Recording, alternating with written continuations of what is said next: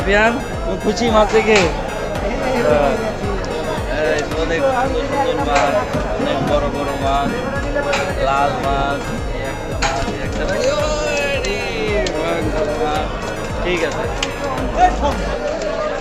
নেন এবার এবার কাটেন।